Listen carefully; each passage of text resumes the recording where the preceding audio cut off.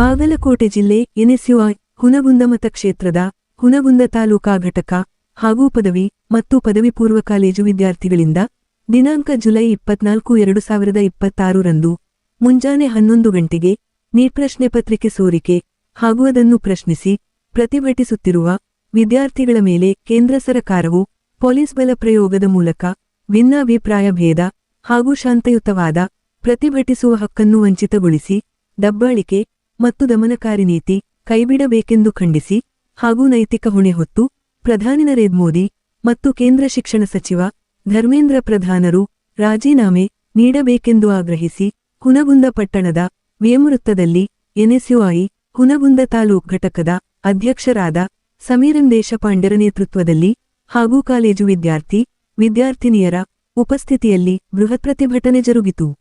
ಈ ಪ್ರತಿಭಟನೆ ಪೂರ್ವದಲ್ಲಿ ಮೊದಲಿಗೆ ಹುನಗುಂದ ಪಟ್ಟಣದ ಟಿಸಿಎಚ್ ಕಾಲೇಜು ಮೈದಾನದಿಂದ ಪ್ರಧಾನಿ ನರೇಂದ್ರ ಮೋದಿ ಮತ್ತು ಕೇಂದ್ರ ಶಿಕ್ಷಣ ಸಚಿವ ಧರ್ಮೇಂದ್ರ ಪ್ರಧಾನ ವಿರುದ್ಧ ವಿದ್ಯಾರ್ಥಿ ವಿರೋಧಿ, ಉದ್ಯೋಗ ವಿರೋಧಿ ಹಾಗೂ ಭ್ರಷ್ಟ ಸರಕಾರದ ಧಿಕ್ಕಾರಗಳ ಫಲಕಗಳ ಪ್ರದರ್ಶನ ಮತ್ತು ಧಿಕ್ಕಾರದ ಘೋಷಣೆಗಳು ಮೊಳಗಿಸುತ್ತಾ ಹೊರಟ ಪ್ರತಿಭಟನಾ ಮೆರವಣಿಗೆಯು ಮುಖ್ಯ ರಸ್ತೆಯಿಂದ ಪಟ್ಟಣದ ವೇಮವೃತ್ತದವರೆಗೆ ಸಂಚರಿಸಿ ಮಾನವ ಸರಪಳಿ ರಚನೆ ಮತ್ತು ರಸ್ತೆ ತಡೆ ಬೃಹತ್ ಪ್ರತಿಭಟನೆ ನಡೆಸಿದರು.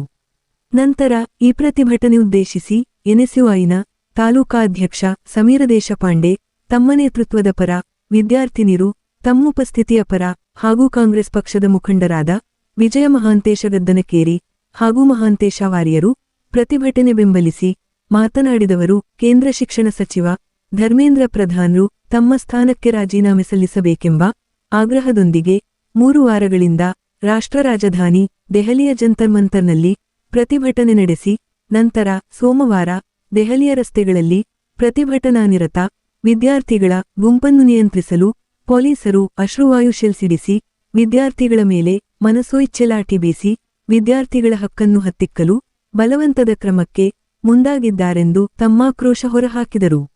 ನಂತರ ಈ ಸಂದರ್ಭದಲ್ಲಿ ಹಲವಾರು ಮಂದಿ ಗಾಯಾಳುಗಳಾದರೆ ಮತ್ತೊಂದೆಡೆ 3 ವಾರಗಳಿಗೂ ಹೆಚ್ಚು ಸಮಯದಿಂದ ಉಪವಾಸ ಸತ್ಯಾಗ್ರಹ ನಡೆಸುತ್ತಿರುವ ಸಾಮಾಜಿಕ ಕಾರ್ಯಕರ್ತ ಸೋನಂ ವಾಂಗ್ಡಕ್ ಅವರನ್ನು ಪ್ರತಿಭಟನಾ ಸ್ಥಳದಿಂದ ಬಲವಂತವಾಗಿ ಆಸ್ಪತ್ರೆಗೆ ಕರೆದೊಯ್ದು ಹೋರಾಟದ ದಿಕ್ಕನ್ನೇ ಬದಲಾಯಿಸುವ ದುಸ್ಸಾಹಸವನ್ನು ಕೇಂದ್ರ ಸರಕಾರ ಮಾಡಿತೆಂದು ಕಿಡಿಕಾರಿದರು. ನಂತರ ಇಲ್ಲಿಯೊಂದು ಪರೀಕ್ಷೆಯನ್ನು ಯಾವ ರೀತಿ ನಡೆಸಿದೆ ಎನ್ನುವ ಪ್ರಶ್ನೆಯಷ್ಟೇ ಅಲ್ಲ, ಇದು ಇಡೀ ವ್ಯವಸ್ಥೆಗೆ ಸಂಬಂಧಿಸಿದ ಪ್ರಶ್ನೆಯಾಗಿತ್ತೆಂದರು. ಏತನ್ಮಧ್ಯೆ ಈ ಪ್ರತಿಭಟನೆಯಲ್ಲಿ ದೇಶದ ವಿವಿಧ ಭಾಗಗಳಿಗೆ ಸೇರಿದ ಸುಮಾರು 1 ಲಕ್ಷ ವಿದ್ಯಾರ್ಥಿಗಳು ದೆಹಲಿಯ ಬೀದಿಗಳಲ್ಲಿ ಜಮಾಯಿಸಿ ವಿದ್ಯಾರ್ಥಿಗಳು ನಡೆಸುತ್ತಿರುವ ಪ್ರತಿಭಟನೆಯಲ್ಲಿ 2 ವಿಷಯಗಳು ಪ್ರಸ್ತಾಪವಾಗಿದ್ದೆಂದರೆ, ಕೇಂದ್ರ ಸರಕಾರವು ತನ್ನ ವೈಫಲ್ಯಗಳಿಗೆ ಸರ್ಕಾರ ಉತ್ತರದಾಯಿಯಾಗುವುದು ಒಂದಾದರೆ, ಮತ್ತೊಂದು ತನ್ನ ದೋಷಗಳಿಗೆ ಪ್ರಜಾತಾಂತ್ರಿಕ ವ್ಯವಸ್ಥೆಯು ಉತ್ತರದಾಯಿಯಾಗುವುದಾಗಿತ್ತೆಂದು ಪ್ರತಿಪಾದಿಸಿದರು. ನಂತರ ಪ್ರಶ್ನೆ ಪತ್ರಿಕೆ ಸೋರಿಕೆಯು ಹಲವು ಪರೀಕ್ಷೆಗಳ ವೇಳೆ 170 ಬಾರಿ ನೀಟ್ ಪ್ರಶ್ನೆ ಪತ್ರಿಕೆ ಸೋರಿಕೆಯಾದರೆ ಇದರಿಂದ 15 ವಿದ್ಯಾರ್ಥಿಗಳು ಆತ್ಮಹತ್ಯೆ ಮಾಡಿಕೊಂಡಿದ್ದಾರೆ. ಹಾಗಾಗಿ ಇದೊಂದು ನ್ಯಾಯೋಚಿತ ಹೋರಾಟಗಿತ್ತೆಂದು ಪ್ರಸ್ತಾಪಿಸಿದರು. ನಂತರ ಪ್ರಶ್ನೆ ಪತ್ರಿಕೆ ಸೋರಿಕೆ ವೈಫಲ್ಯಕ್ಕೆ ನೈತಿಕ ಹೊಣೆ ಹೊರಬೇಕಾಗಿದ್ದು ಕೇಂದ್ರ ಶಿಕ್ಷಣ ಸಚಿವ ಧರ್ಮೇಂದ್ರ ಪ್ರಧಾನರೇ, ಆದರೆ ಸಚಿವರು ತಮ್ಮ ಉತ್ತರದಾಯಿತ್ವ ಹಾಗೂ ನೈತಿಕ ಹೊಣೆಗಾರಿಕೆಯಿಂದ ನುಣಿಚಿಕೊಂಡು ಪ್ರತಿಭಟನಾನಿರತ ವಿದ್ಯಾರ್ಥಿಗಳಿಗೆ ಭಯೋತ್ಪಾದಕರ ಬಿತಂಡೆಂದು ಸಚಿವ ಧರ್ಮೇಂದ್ರ ಪ್ರಧಾನ್ರು ಉದ್ದಟತನದ, ಬೇಜವಾಬ್ದಾರಿತನದ ಹೇಳಿಕೆ ನೀಡುತ್ತಾರೆಂದು ಹರಿಹಾಯ್ದರು. ನಂತರ ಇಲ್ಲಿ ಕೇವಲ ಪ್ರಶ್ನೆ ಪತ್ರಿಕೆ ಸೋರಿಕೆ ಮಾತ್ರ ವಿದ್ಯಾರ್ಥಿಗಳನ್ನು ಪ್ರತಿಭಟನೆ ಹಾದಿಗೆ ತಳ್ಳಿಲ್ಲ. ಶಿಕ್ಷಣ ವ್ಯವಸ್ಥೆಯಲ್ಲಿರುವ ಲೋಪಗಳು ಹಾಗೂ ಕಾಲೇಜು, ವಿಶ್ವವಿದ್ಯಾಲಯದಲ್ಲಿ ತಮ್ಮ ದಿನಗಳು ಪೂರ್ಣಗೊಂಡ ನಂತರ ಅನಿಶ್ಚಿತತೆಯು ಅವರನ್ನು ಕಾಡುತ್ತಿದೆ ಹಾಗೂ ತಮ್ಮನ್ನು ಉದ್ದೇಶಿಸಿ ನೀಡಲಾಗಿದ್ದ ಭರವಸೆಗಳು ಈಡೇರಲಿಲ್ಲ ಎಂಬ ಕಾರಣಕ್ಕೆ ಬೀದಿಗೆಗಿಳಿದಿದ್ದಾರೆಂದರು. ನಂತರ ಪ್ರಶ್ನಿಸುವುದು ಹಾಗೂ ಪ್ರತಿಭಟಿಸುವುದು ಯುವ ಸಮುದಾಯದ ಸಹಜ ಗುಣವಾಗಿರುತ್ತದೆ. ಹಾಗಾಗಿ ಅವರ ಬಗ್ಗೆ ನಕಾರಾತ್ಮಕ ಚಿತ್ರಣ ನೀಡುವ ಬದಲು ಕೇಂದ್ರ ಸರ್ಕಾರವು ಯುವಜನರ ವಿಚಾರದಲ್ಲಿ ಸೂಕ್ಷ್ಮ ಮನಸ್ಸಿನಿಂದ ಸ್ಪಂದಿಸುವ ಹಾಗೂ ಭಿನ್ನಾಭಿಪ್ರಾಯಗಳನ್ನು ವ್ಯಕ್ತಪಡಿಸುವ ಹಕ್ಕನ್ನು ಗೌರವಿಸುವ ಬದಲು ನರೇಂದ್ರ ಮೋದಿ ನೇತೃತ್ವದ ಸರ್ಕಾರದಲ್ಲಿ ಪ್ರತಿಭಟನೆ ಮತ್ತು ಭಿನ್ನಾಭಿಪ್ರಾಯ ದಾಖಲಿಸಲು ಇರುವ ಅವಕಾಶಗಳು ಕುಗ್ಗುತ್ತಿವೆ. ಹಾಗಾಗಿ ನರೇಂದ್ರ ಮೋದಿರೇ, ನಿಮ್ಮ 56 ಇಂಚಿನದೆಯಲ್ಲಿ ಎಳ್ಳಷ್ಟು ಕನಿಕರಿಲ್ಲವೇ ಎಂದು ಪ್ರಶ್ನಿಸಿ ಕೇವಲ ಗುಜರಾತಿ ವ್ಯಾಪಾರಿಗಳಿಗೆ ಮಾತ್ರ ಬಂಡವಾಳ ಮಾಡಿಕೊಡುವ ನಿಮ್ಮ ಸರಕಾರದ ಕೆಲಸವಾಗಿದೆ ಎಂದು ತಮ್ಮ ಅಸಮಾಧಾನವನ್ನು ಹೊರಹಾಕಿದರು. ನಂತರ ಕಾಂಗ್ರೆಸ್ ಪಕ್ಷದ ರಾಷ್ಟ್ರೀಯ ನಾಯಕ ರಾಹುಲ ಗಾಂಧಿ ಸೇರಿ ಇತರೆ ನಾಯಕರು ಹಾಗೂ ಕ್ಷೇತ್ರದ ಶಾಸಕ ವಿಜಯಾನಂದ ಕಾಶಪ್ಪನವರರು ಪ್ರತಿಭಟನೆಗೆ ಬೆಂಬಲಿಸಿ ಭಾಗವಹಿಸಿದ್ದಕ್ಕೆ ಬಂಧನಕ್ಕೆ ಒಳಪಡಿಸಿ ಸರ್ವಾಧಿಕಾರಿ ಧೋರಣೆ ತಾಳುತ್ತಿದ್ದಾರೆಂದು ಆರೋಪಿಸಿದರು. ನಂತರ ತತ್ಕ್ಷಣ ನರೇಂದ್ರ ಮೋದಿರು ಧರ್ಮೇಂದ್ರ ಪ್ರಧಾನರ ರಾಜೀನಾಮೆ ಪಡೆಯಬೇಕು, ಇರದಿದ್ದರೆ ಕೇಂದ್ರದ ಪ್ರತಿ ಸಚಿವರ ಮನೆಗಳಿಗೆ ಮುತ್ತಿಗೆ ಹಾಕಿ ಪ್ರತಿಭಟಿಸುವುದಾಗಿ ಎಚ್ಚರಿಕೆ ನೀಡಿದರು. ನಂತರ ತಹಶೀಲ್ದಾರರಾದ ಪ್ರದೀಪಕುಮಾರ ಹಿರಿಮಠರ ಮುಖಾಂತರ ಪ್ರಧಾನಿಗಳಿಗೆ ಮನವಿ ಪತ್ರ ಸಲ್ಲಿಸಿದರು. ಹಾಗೂ ಈ ಪ್ರತಿಭಟನೆಯಲ್ಲಿ ಸಾವಿರಾರು ವಿದ್ಯಾರ್ಥಿಗಳು ಹಾಗೂ ಕಾಂಗ್ರೆಸ್ ಪಕ್ಷದ ಹಿರಿಯ ಮುಖಂಡರಾದ ಶಿವಾನಂದ ಕಂಠಿ, ಜಬ್ಬಾರ ಕಲಬುರ್ಗಿ, ಯುವ ಮುಖಂಡರಾದ ಶರಣಪ್ಪ ಬೆಲ್ಲದ, ಮಹಾಂತೇಶ ಮದರಿ, ಮುತ್ತಣ್ಣ ಕಲ್ಗೂಡಿ ಸೇರಿದಂತೆ ಇತರೆ ಹಿರಿಯ ಮತ್ತು ಯುವ ಮುಖಂಡರು, ಕಾರ್ಯಕರ್ತರು ಉಪಸ್ಥಿತರಿದ್ದರು. Loknayak Kannada news bureau report Hungund.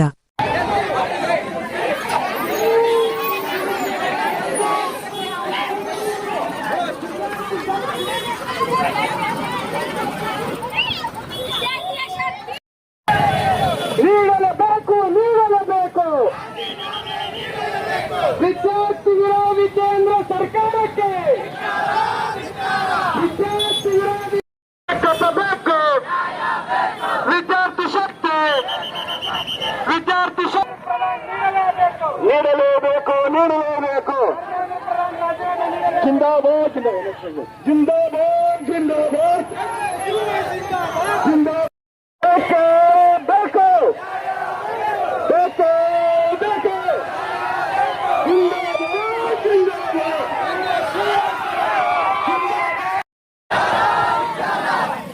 ದಯವಿಟ್ಟು ಎಲ್ಲ ವಿದ್ಯಾರ್ಥಿಗಳು ಮಾನವ ಸರ್ಕಾರ ಮುಖಾಂತರ ಸರ್ಕಾರವನ್ನು ಬದಲಾವಣೆ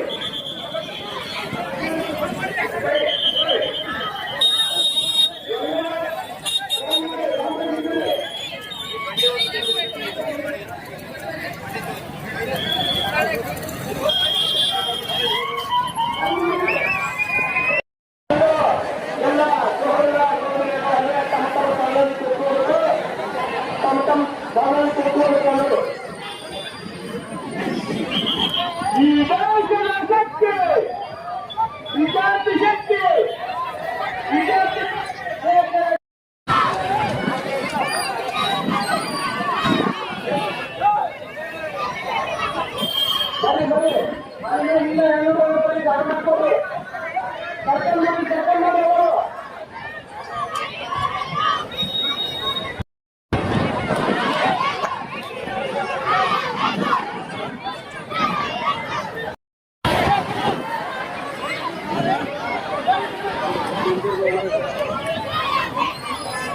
ಎಲ್ಲ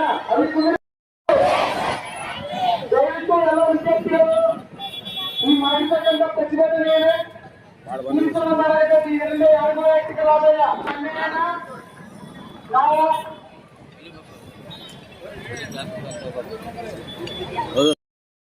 बोलो भारत माता की, बोलो भारत माता की. ವಿದ್ಯಾರ್ಥಿಗಳೇ, ಹುನಗುಂದ ತಾಲೂಕಿನ ವತಿಯಿಂದ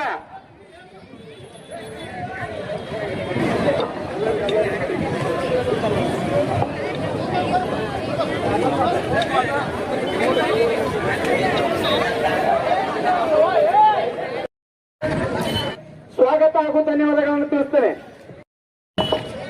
ಕೇಂದ್ರ ಸರ್ಕಾರ ನೀಟ್ ಪ್ರಶ್ನೆ ಪತ್ರಿಕೆಯನ್ನು ಸೋರಿಕೆ ಮಾಡಿ ವಿದ್ಯಾರ್ಥಿಗಳ ಜೀವನದ ಜೊತೆ ಆಟ ಆಡ್ತಾ ಇದ್ದಾರೆ. ಆದ ಕಾರಣ ನಮ್ಮ ವಿದ್ಯಾರ್ಥಿಗಳು ಕೇಂದ್ರದ ಶಿಕ್ಷಣ ಸಚಿವರಾದಂತ ಧರ್ಮೇಂದ್ರ ಪ್ರಧಾನಿ ಅವರ ರಾಜೀನಾಮೆಯನ್ನು ಕೇಳಲು ಹೋರಾಟ ಮಾಡಿದರೆ ಅವರಿಗೆ ಬೀದಿಯಲ್ಲಿ ದನಕ್ಕೆ ಬಡಿದ ಹಾಗೆ ಬಡಿತಾ ಇದ್ದಾರೆ. ಅವರೇನು ಉಗ್ರಗಾಮಿಗಳಲ್ಲ, ಅವರು ತಮ್ಮ ನ್ಯಾಯವನ್ನು ಕೇಳಲು ದೆಹಲಿಗೆ ಹೋಗಿದ್ರು. ಅವರನ್ನ ದನಕ್ಕೆ ಬಡಿದ ಹಾಗೆ ಬಡಿದು ವಿದ್ಯಾರ್ಥಿ ವಿರೋಧಿ ಕೆಲಸವನ್ನ ಏನ್ ಮಾಡ್ತಾ ಇದ್ದಾರೆ. ದಯವಿಟ್ಟು ಧರ್ಮೇಂದ್ರ ಪ್ರಧಾನ್ ಅವರು ಹಾಗೂ ದೇಶದ ಪ್ರಧಾನಮಂತ್ರಿಗಳಾದಂತ ಸನ್ಮಾನ್ಯ ನರೇಂದ್ರ ಮೋದಿ ಅವರು ರಾಜೀನಾಮೆ ಕೊಡಲೇಬೇಕು. ಪ್ರಶ್ನೆ ಪತ್ರಿಕೆ ಯಾಕೆ ಸೋರಿಕೆ ಆಯಿತು? ಪ್ರಶ್ನೆ ಪತ್ರಿಕೆ ಯಾಕೆ ಸೋರಿಕೆ? NTA ನ್ಯಾಷನಲ್ ಟೆಸ್ಟಿಂಗ್ ಏಜೆನ್ಸಿ, ಆ ನ್ಯಾಷನಲ್ ಟೆಸ್ಟಿಂಗ್ ಏಜೆನ್ಸಿಯಿಂದಲೇ ಪ್ರಶ್ನೆ ಪತ್ರಿಕೆ ಲೀಕ್ ಆಗಿದೆ. ಆ ನ್ಯಾಷನಲ್ ಟೆಸ್ಟಿಂಗ್ ಏಜೆನ್ಸಿಯನ್ನು ನಡೆಸೋರು ಯಾರು? ಸರ್ಕಾರ. ಸರ್ಕಾರ ನಡೆಯೋರು ಒಂದು ಭಾಷಣದಲ್ಲಿ ಹೇಳ್ತಾರೆ, ಮೇ ಗುಜರಾತಿ ಹೂ ನನ್ನ ರಕ್ತದಲ್ಲಿ ವ್ಯಾಪಾರಿಯ ರಕ್ತ ಹರಿತಾ ಇದೆ ಅಂತ ಹೇಳ್ತಾರ. ಯಾಕಂದ್ರೆ ಅವ್ರಿಗೆ ವ್ಯಾಪಾರ ಮಾಡಿನೇ ಗೊತ್ತು. ಪ್ರಶ್ನೆ ಪತ್ರಿಕೆಯನ್ನು ಲಕ್ಷಾಂತರ ರೂಪಾಯಿಕ ತಮ್ಮ ಶ್ರೀಮಂತ ಸ್ನೇಹಿತರಿಗೆ ಮಾರಿ ಅವರ ಮಕ್ಕಳನ್ನ ಪಾಸ್ ಮಾಡಿಸಿ ಅವರು ನೌಕರಿ ತಗೊಂಡ್ರೆ ಬಡ ವಿದ್ಯಾರ್ಥಿಗಳು ಏನ್ ಮಾಡ್ಬೇಕು? ಅಧಿಕಾರಿ ಹೋಗಿ ಅನ್ನಕ್ಕಂತ ಮಾತನ್ನ ಯಾವತ್ತು ನಮ್ಮ ನಾಳ್ತಕ್ಕಂತ ರಾಜ ವ್ಯಾಪಾರಿ ಆಗ್ತಾನ ಅವತ್ತಿಂದು ವಿದ್ಯಾರ್ಥಿಗಳ ಮೇಲೆ ಹಲ್ಲೆ ಮಾಡ್ತಾರ. ಎಷ್ಟು ಕ್ರೂರಿ ಅದಾರಂದ್ರ ನಾವು ಪ್ರಧಾನಮಂತ್ರಿಗಳು ತಂಡ ಕಟ್ಕೊಂತಾರ 56 ಇಂಚಿನ ಇದೆ 56 ಇಂಚಿನ ಇದೆ ಅಂತೇಳಿ ವಿದ್ಯಾರ್ಥಿಗಳನ್ನ ಪೊಲೀಸರಿಂದ ನೇಮಿ ಪಕ್ಷದ ಹಾಗೂ ಎಬಿಪಿ ಗುಂಡಾಗಳನ್ನ ಕಳಿಸಿ ಅವ್ರನ್ನ ಉಗ್ರಗಾಮಿಗಳ ರೀತಿ ನೋಡಿ ಅವ್ರನ್ನ ಹೊಡಿತೀರಿ ಅಂದ್ರೆ 56 ಇಂಚಿನ ಎದೆಯಲ್ಲಿ 1 ಇಂಚಿ ಕೂಡ ಮನುಷ್ಯತ್ವ ಇಲ್ಲ ಅಂತೇಳಿ ನಾವು ಪ್ರಶ್ನೆ ಮಾಡ್ಬೇಕಾಗ್ತದೆ. ದಯವಿಟ್ಟು ವಿದ್ಯಾರ್ಥಿಗಳು ಯಾರು ನಾವು ನ್ಯಾಯವನ್ನ ಕೇಳ್ತಾ ಇದ್ದೀವಿ. ನಾವೇನು ಉಗ್ರಗಾಮಿಗಳಲ್ಲ. ಎಷ್ಟು ಕ್ರೂರಿ ಇದಾರ ಪ್ರಧಾನಮಂತ್ರಿಗಳು ಅಂದ್ರ ಜಂತರ್ ಮಂತರ್ ಅಲ್ಲಿ ಏನ್ ಪ್ರತಿಭಟನೆ ಮಾಡ್ತಾ ಇದಾರೆ ನಮ್ಮ ವಿದ್ಯಾರ್ಥಿಗಳು.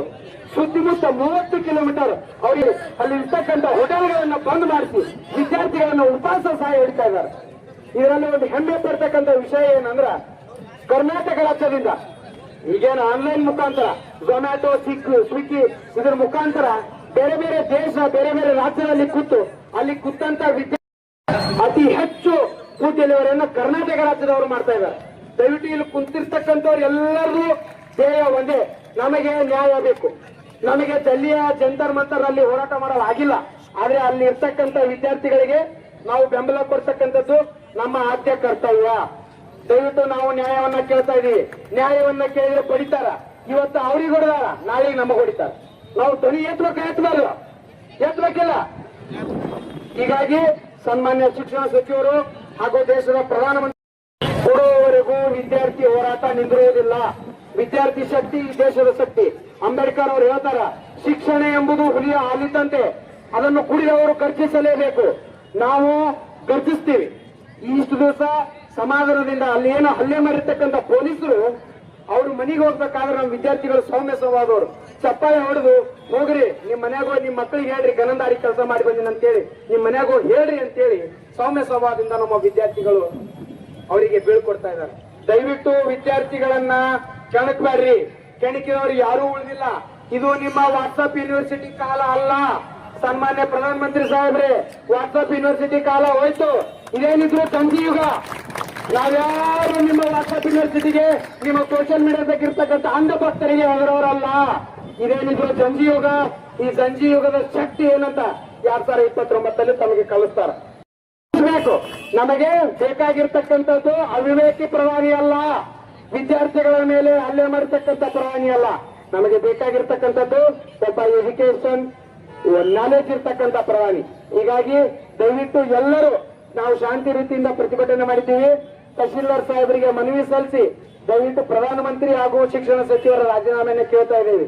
ನೀವು ಕೊಟ್ಟರೆ ಇಲ್ಲಿಗೆ ಸರಿ, ಇಲ್ಲಾಂದ್ರೆ ವಿದ್ಯಾರ್ಥಿ ಪ್ರತಿಭಟನೆ ಇನ್ನು ದೊಡ್ಡ ಪ್ರಮಾಣದಾಗ ಹೋಗಿ ನಾವು ಬೆಂಗಳೂರಿನ ಫ್ರೀಡಂ ಪಾರ್ಕಿಗೆ ಹುನಗುಂದ ಹಾಗೂ ಇಲ್ಕಲ್ ವತಿಯಿಂದ ಎಲ್ಲಾ ವಿದ್ಯಾರ್ಥಿಗಳು ಕುಡ್ಕೊಂಡು ಬೆಂಗಳೂರು ಫ್ರೀಡಂ ಪಾರ್ಕ್ ನಲ್ಲಿ ಹೋರಾಟ ಮಾಡಬೇಕಾಗ್ತದೆ. ಟೈಮ್ ಅಂದ್ರೆ ಡೆಲ್ಲಿಯ ಜಂತರ್ ಮಂತರ್ ಹೋಗಕ್ಕೂ ನಾವು ಸಿದ್ಧ. ನಾವು ಜೈಲಿಗೆ ಬೀಳಕ್ಕೂ ಸಿದ್ಧ ಇದೀವಿ. ವಿದ್ಯಾರ್ಥಿಗಳ ಪ್ರಧಾನಮಂತ್ರಿಗಳು ಹಾಗೂ ಶಿಕ್ಷಣ ಸಚಿವರ ರಾಜೀನಾಮೆ ಕೇಳುವ ನಮ್ಮ ಹಕ್ಕು. ಅವರು ಕೊಡೆಯತನ ನಾವು ಹೋರಾಟವನ್ನು ನಿಲ್ಲಿಸೋದು ಬೇಡ ಅಂತ ಹೇಳಿ ಉಪವಾಸವನ್ನು ಇವತ್ತು ನಿನ್ನೆ ಪೂರೈಸಿದ್ರು. ಆ ವ್ಯಕ್ತಿಗೆ ಜೋರಾದ ಚಪ್ಪಾಳೆಯನ್ನು ನೀವು ಹೊಡಬೇಕು. ಈ ಹೋರಾಟದ ಆರಂಭವನ್ನ ಮಾಡಿದಂತ ಸೋನಂ ವಾಂಗ್ಚುಕ್ ಅವರ ತ್ಯಾಗವನ್ನು ನಾವು ಮರೆಸಬೇಕಾಗತ್ತ. ಇವತ್ತವರು ಉಪವಾಸ ಮುಗಿಸ್ಯಾರ, ಅದು ಅಂತ್ಯ ಅಲ್ಲ, ಹೋರಾಟದ ಆರಂಭ ಅಂತ ಮಾತನ್ನು ಹೇಳಲಿಕ್ಕೆ ನಾನಿಲ್ಲಿ ಬಂದಿನಿ. ಮೋದಿ ಅವರಿಗೆ ನಾ ಹೇಳ್ತಾ ಇರೋದು, ಮೋದಿ ಅವರು ನಿನ್ನೆ ಒಂದು ವಿಡಿಯೋ ಕಾಲ್ ಮಾಡ್ತಾರ. ಮೋದಿ ಅವರಿಗೆ ಸ್ವತಂತ್ರವಾಗಿ ಪತ್ರಕರ್ತರನ್ನ ಕರೆದಿಟ್ಟುಕೊಂಡು ಸಂದೇಶ ಕೊಡಬಹುದಾಗಿತ್ತು. ಸೆಲ್ಫಿ ವಿಡಿಯೋ ಮಾಡಿದ್ರು ಮೋದಿ ಅವರು. ಇದೊಂದು ಘೋರ ಪಾಪ, ಇದೊಂದು ಘೋರ ಅನ್ಯಾಯ ಅಂತ ಮೋದಿ ಅವರಿಗೆ ಈಗ ಅರಿವಾಯ್ತು. 11 ಜನ ಆತ್ಮಹತ್ಯೆ ಮಾಡಿಕೊಂಡಾಗ ಮೋದಿ ಅವರಿಗೆ ಇದು ಘೋರ ಪಾಪ ಅಂತ ಅನಿಸಲಿಲ್ಲವ? ವಿದ್ಯಾರ್ಥಿಗಳ ಗೋರಿ ಮೇಲೆ ಮನೆ ಕಟ್ತಿರುವಂತ ಮೋದಿ ಮುಂದೊಂದು ದಿವಸ ಉತ್ತರ ಕೊಡಬೇಕಾಗತ್ತ. ರೈತರಿಗೆ ಗೋಲಿಬಾರ್ ಮಾಡಿದ್ರಿ, ವಿದ್ಯಾರ್ಥಿಗಳನ್ನ ಬಯಲಿಗೆ ತಂದ್ರಿ, ವಿದ್ಯಾರ್ಥಿಗಳನ್ನ ಭಯೋತ್ಪಾದಕರು ಅಂದ್ರಿ, ವಿದ್ಯಾರ್ಥಿಗಳು ಮಾಡ್ತಾ ಇರೋದು ಅರಾಜಕತೆ ಅಂದ್ರಿ. ಇದರ ಪರಿಣಾಮವನ್ನ ಮೋದಿ ಅವರು ಎದುರಿಸಬೇಕಾಗುತ್ತೆ. ನಮ್ಮ ಲೋಕಸಭೆ ವಿಪಕ್ಷ ನಾಯಕರಾಗಿರ್ತಕ್ಕಂಥ ಸನ್ಮಾನ್ಯ ರಾಹುಲ್ ಗಾಂಧಿ ಅವರು ಪ್ರಧಾನಮಂತ್ರಿಯವರ ಮನೆ ಮುಂದೆ ಹೋರಾಟಕ್ಕೆ ಕೂತಾಗ ನಮ್ಮ ತಾಲೂಕಿನ ಜನಪ್ರಿಯ ಶಾಸಕರು, ವಿದ್ಯಾರ್ಥಿಗಳಿಗೆ ಕಾಯಂ ಬೆಂಬಲವಾಗಿರ್ತಕ್ಕಂಥ ಸನ್ಮಾನ್ಯ ಡಾಕ್ಟರ್ ವಿಜಯಾನಂದ ಕಾಶಪ್ಪನವರು ಸಾಹೇಬರು ಕೂಡ ದೆಹಲಿಯ ಪ್ರಧಾನಮಂತ್ರಿಗಳ ಮನೆ ಮುಂದೆ ಹೋರಾಟವನ್ನು ಮಾಡಿ ಹೋಗಿದ್ದಾರೆ. ಅವರನ್ನ ಕೂಡ ಈ ಕೇಂದ್ರ ಸರ್ಕಾರ ಬಂಧಿಸಿದೆ. ವಿದ್ಯಾರ್ಥಿಗಳಿಗೆ ಯಾರು ನ್ಯಾಯ ಕೇಳ್ತಾರ ನೋಡ್ರಿ, ನಮ್ಮ ಸಾಹೇಬರು ಡೆಲ್ಲಿ ಒಳಗೆ ಹೋಗಿ ಪ್ರಧಾನಮಂತ್ರಿ ಮನೆ ಮುಂದೆ ನಮ್ಮ ವಿದ್ಯಾರ್ಥಿಗಳಿಗೆ ನ್ಯಾಯ ಕೊಡ್ರಿ ಅಂತ ಸ್ಟ್ರೈಕ್ ಮಾಡಿದ್ರ ಒಬ್ಬ ಜನಪ್ರತಿನಿಧಿಯನ್ನೇ ಬಂಧನ ಮಾಡ್ತಾರ. ಇನ್ನು ನಾವು ನೀವು ಯಾವ ಲೆಕ್ಕ?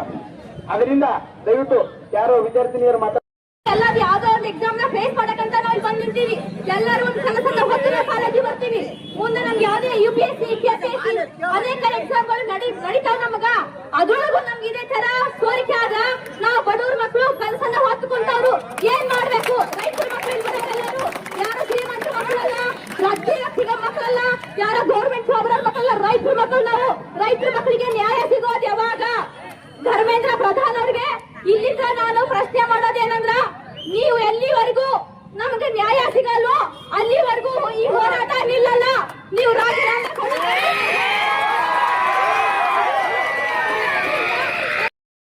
ಮಾತಾಡಕತ್ತೀನಿ.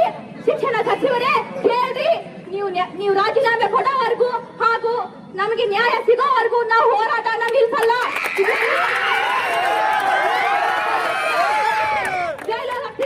ಎಲ್ಲರಿಗೂ ಸಿದ್ಧವಾಗಿ ನಿಂತೀವಿ.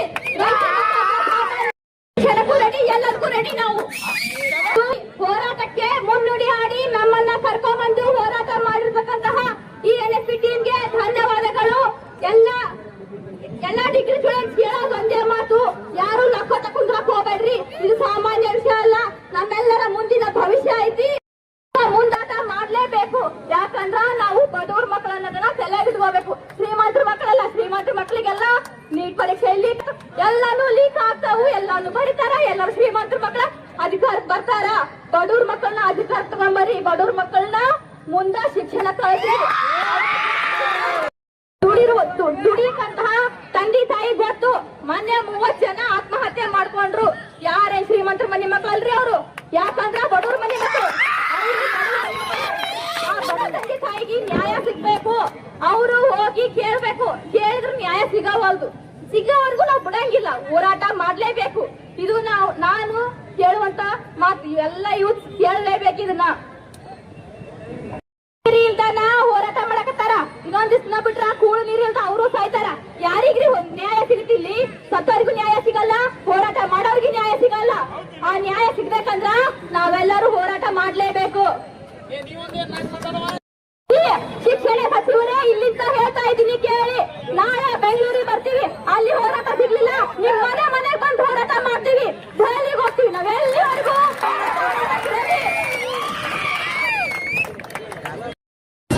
ಜಂತರ್ ಮಂತರ್ನಲ್ಲಿ ಈ ನೀಟ್ ಪರೀಕ್ಷೆಯ ಪ್ರಶ್ನೆ ಪತ್ರಿಕೆ ಲೀಕ್ ಆಗಿರ್ತಕ್ಕಂಥದ್ದು ಮಾಡ್ತಾ ಇದ್ದಾರೆ. ಅವರೇನು ಈ ದೇಶದ ದ್ರೋಹಿಗಳಲ್ಲ. ಅಂತ ಅನ್ಯಾಯಕ್ಕೆ ನ್ಯಾಯವನ್ನ ಕೇಳತಕ್ಕಂತ ಕೆಲಸ ನಮ್ಮ ದೇಶದ ಭವಿಷ್ಯವಾಗಿರ್ತಕ್ಕಂಥ ಆ ಮಕ್ಕಳುಗಳ ನ್ಯಾಯವನ್ನ ಕೇಳತಕ್ಕಂತ ಸಂದರ್ಭದಲ್ಲಿ ಅವರನ್ನ ನಡೆಸಿಕೊಂಡಿರ್ತಕ್ಕಂಥದ್ದನ್ನ ತಾವೆಲ್ಲರೂ ಕೂಡ ಟಿವಿಯಲ್ಲಿ ಗಮನಿಸಿದಿರಿ ಅಂತ ತಿಳ್ಕೊಂಡು ಭಾವಿಸ್ತೇನೆ. ಬಂಧುಗಳೇ, ಲಾಠಿ ಚಾರ್ಜ್ ಮಾಡಿದ್ದಾರೆ, ಜಲಪಿರಂಗಿಯಿಂದ ಹೊಡೆದಿದ್ದಾರೆ. ಅಲ್ಲಿ ಚಿತ್ರ ಹಿಂಸೆಯನ್ನ ಮಕ್ಕಳುಗಳಿಗೆ ನೀಡಿರ್ತಕ್ಕಂಥದ್ದನ್ನ ತಾವೆಲ್ಲರೂ ಗಮನಿಸಿರಬಹುದು. ನನಗನಿಸ್ತಾ ಇದೆ, ಇವತ್ತು ಈ ದೇಶದಲ್ಲಿ ಅಘೋಷಿತವಾಗಿರತಕ್ಕಂಥ ದುರುಪರಿಸ್ಥಿತಿ ಜಾರಿಯಲ್ಲಿದೆ ಅಂತಕ್ಕಂಥ ಮಾತನ್ನ ಹೇಳಲಿಕ್ಕೆ ಇಷ್ಟಪಡ್ತೇನೆ. ಬಂಧುಗಳೇ, ಯಾರು ಕೂಡ ಈ ದೇಶದಲ್ಲಿ ಅನ್ಯಾಯವನ್ನ ವಿರೋಧಿಸಿದ್ರೆ ಅಂತವರನ್ನ ದೇಶದ್ರೋಹಿ ಪಟ್ಟ ಕಟ್ಟಿ ಅವರನ್ನ ಜೀತು ಮಾಡತಕ್ಕಂತ ಮತ್ತು ಅವರ ಮೇಲೆ ಹಲ್ಲೆಯನ್ನು ಮಾಡತಕ್ಕಂತ ವ್ಯವಸ್ಥೆ ಇವತ್ತಿನ ದಿವಸ ನಡೆದುಕೊಂಡು ಬರ್ತಾ ಇದೆ. ನಮಗೆ ಗೊತ್ತಿರಬೇಕು, 152 ಬಾರಿ ಪ್ರಶ್ನೆ ಪತ್ರಿಕೆಯ ಸೋರಿಕೆಯಾಗಿರ್ತಕ್ಕಂಥದ್ದನ್ನ ತಾವು ಗಮನಿಸಬೇಕು. ಇದರಿಂದ ಏನು ಗೊತ್ತಾಗ್ತದೆ? ನಿಜವಾಗಿಯೂ ಆ ವಿದ್ಯಾರ್ಥಿನಿ ಬಹಳ ಚೆನ್ನಾಗಿ ಮಾತನಾಡಿದ್ಲು, ಬಹಳ ಸಂತೋಷ ಅನಿಸ್ತು. ಭಾಗ್ಯಮ್ಮ ಮಾತಾಡಿದ್ದು 100ಕ್ಕೆ 100 ಸತ್ಯ. ಯಾವ ಬಡವರ ಮಕ್ಕಳಿಗೂ ಕೂಡ ಈ ವ್ಯವಸ್ಥೆಯಲ್ಲಿ ಈ ಪ್ರಶ್ನೆ ಪತ್ರಿಕೆ ಸೋರಿಕೆಯಿಂದ ಯಾವ ಮಕ್ಕಳಿಗೂ ಕೂಡ ಉತ್ತಮವಾದಂತಹ ಅವಕಾಶಗಳು ಸಿಗೋದಿಲ್ಲ. ನಾನಿಲ್ಲಿ ಹೇಳ್ತಕ್ಕಂಥದ್ದಷ್ಟೇ, ಇವತ್ತು ಅಲ್ಲಿ ಜಂತರ್ ಮಂತರ್ನಲ್ಲಿ ನಮ್ಮ ರಾಷ್ಟ್ರ ನಾಯಕರುಗಳು ಆ ವ್ಯವಸ್ಥೆಯಲ್ಲಿ ಪ್ರತಿಭಟನೆಗೆ ಬೆಂಬಲಿಸ್ತಿದ್ರೆ ಅವರ ಮೇಲೆ ಕೂಡ ಹಲ್ಲೆ ಮಾಡಿರ್ತಕ್ಕಂಥದ್ದು, ಅವ್ರನ್ನ ಬಂಧಿಸಿರ್ತಕ್ಕಂಥದ್ದನ್ನ ನಾವು ನೀವು ಗಮನಿಸಿದ್ದೇವೆ. ಇಲ್ಲ ಅನ್ನತಕ್ಕಂಥ ಪರಿಸ್ಥಿತಿ ನಮ್ಮ ದೇಶದಲ್ಲಿ ನಿರ್ಮಾಣ ಆಗಿದೆ. ಬಂಧುಗಳೇ, ಈ ಕಾರಣಕ್ಕಾಗಿ ನಾನು ಹೇಳ್ತಕ್ಕಂಥದ್ದು ಇಷ್ಟೇ, ನೀಟನ್ನು ರದ್ದುಗೊಳಿಸಬೇಡಿ. ಆಯಾ ರಾಜ್ಯಗಳಿಗೆ ಆ ಅಧಿಕಾರವನ್ನು ಕೊಡ್ತಕ್ಕಂಥದ್ದು ಈ ಮೊದಲಿರ್ತಕ್ಕಂಥ ವ್ಯವಸ್ಥೆಯನ್ನು ಮಾಡಬೇಕು ಅಂತಕ್ಕಂಥ ವಿಚಾರವನ್ನು ವ್ಯಕ್ತಪಡಿಸ್ತೇನೆ. ವಾಂಗ್ಚುಕ್ ಅವರು 28 ಒಬ್ಬ ಪ್ರತಿನಿಧಿ ಬಂದು ಅವರನ್ನ ಮಾತನಾಡುತ್ತಿಲ್ಲ. ಇದು ಬಹಳ ಖೇದಕರ ಸಂಗತಿ ಅಂತಕ್ಕಂಥ ಮಾತನ್ನು ಹೇಳಿಕ್ಕೆ ಇಷ್ಟಪಡ್ತೀನಿ. ಬಂಧುಗಳೇ, ಯಾರಿಗೋಸ್ಕರ ಅವರು ಕುಂತಿದ್ದು? ನಮ್ಮ ವಿದ್ಯಾರ್ಥಿಗಳಿಗೆ ಅನಾಥಗಳಿಗೆ ಪ್ರಾರಂಭವನ್ನು ಮಾಡಿದ್ದಾರೆ. ಇದು ನಿರಂತರ